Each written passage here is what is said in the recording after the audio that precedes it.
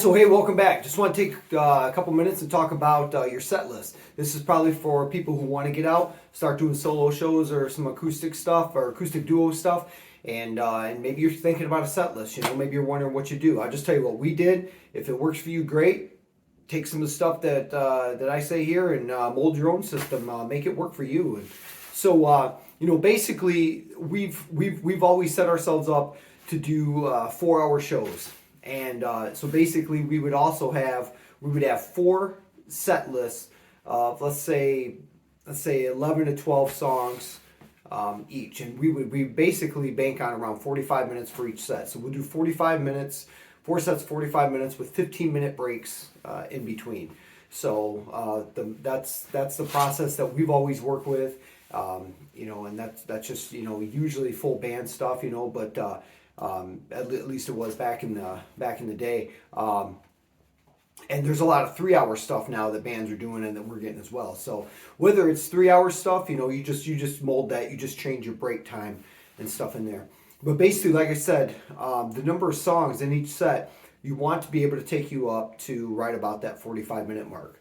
Now, me, like I said in the last video, I'm just a rhythm guy. I'm just a strummer. So and some light picking. So our songs are going to be on the shorter side, to whereas maybe you're a duo or maybe you're a soloist, and maybe you're playing keys and you're just running a song out for 5 or 6 minutes, and maybe you can throw that stuff in there and keep the audience engaged and keep their attention.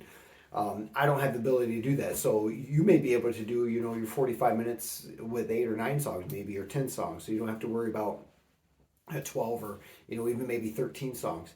Just for reference, right before I did this, I just went and grabbed the guitar and sat down and just kind of muddled through He Stopped Loving Her Today and Papa Loved Mama. So, and I did those back to back as quickly as I could, with what I'm talking about, no space in between, just to see. And both of those songs took me about 5.5 minutes. Now granted, in between each song, you're either we do set up songs that we run concurrent right into the other, and usually those songs come towards the end of the second set or the third set probably, which it may be good for you to put some thought into what your crowd, your type of audience, and the type of place you're at, whether you're at a restaurant where you may just be background, but maybe you're going to be at a bar where you're kind of the focus and people are engaged and people are dancing, and half, 3/4 of people are there to hear you and have a good time because they've advertised live music, and maybe just 1/4 to 1/3 of people are just in the back, maybe shooting pool, just doing their own thing. They enjoy hearing what you're doing, but they're not just up actively engaged with you. So that kind of takes us into the structure of your set list, whether it's 3 sets or 4 sets or even 2 sets, whatever you're hired to do.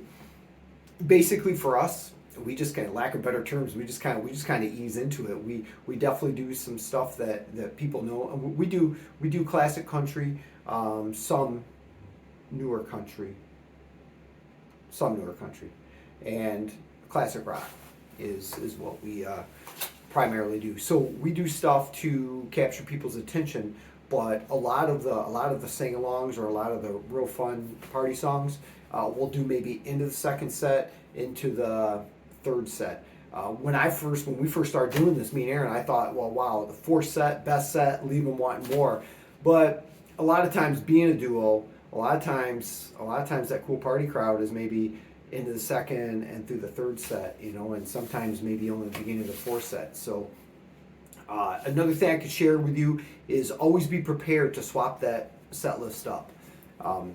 Just pretty much just on a whim. I mean, we can, sometimes I don't even got to look at the set list. I just know what's available, got a feel for the crowd, and probably what they're wanting to hear, or things that would keep them engaged, because that will be your job to a point if you're hired to be the primary entertainment. So just want to throw out some things for you, for beginners that maybe have not done this before.